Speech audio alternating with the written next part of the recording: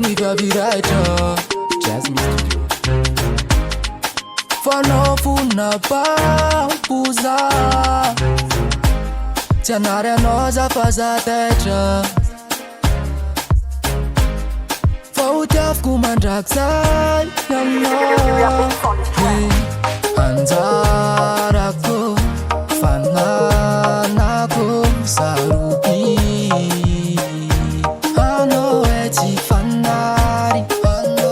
tsy fanary tsy fanary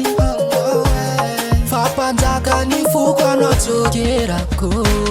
anao tsy fako fa dia mondra valera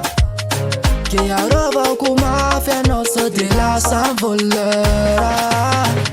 fareo aty fa marina eto no maniry anao donc fotana mafaty sainy manary anao atsika mifameno karaha fony ndraiky ilio akaty anao tsisy andrano leo fareo aty fa marina eto no maniry anao donc fotana mafaty sainy manary anao atsika mifameno karaha fony ndraiky ilio akaty anao tsisy andrano leo anjarako fananako saroby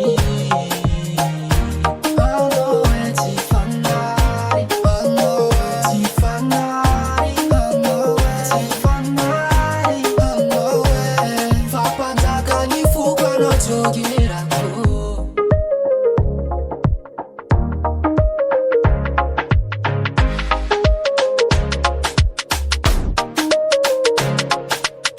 ndre volamena safira tsy misy valeur amina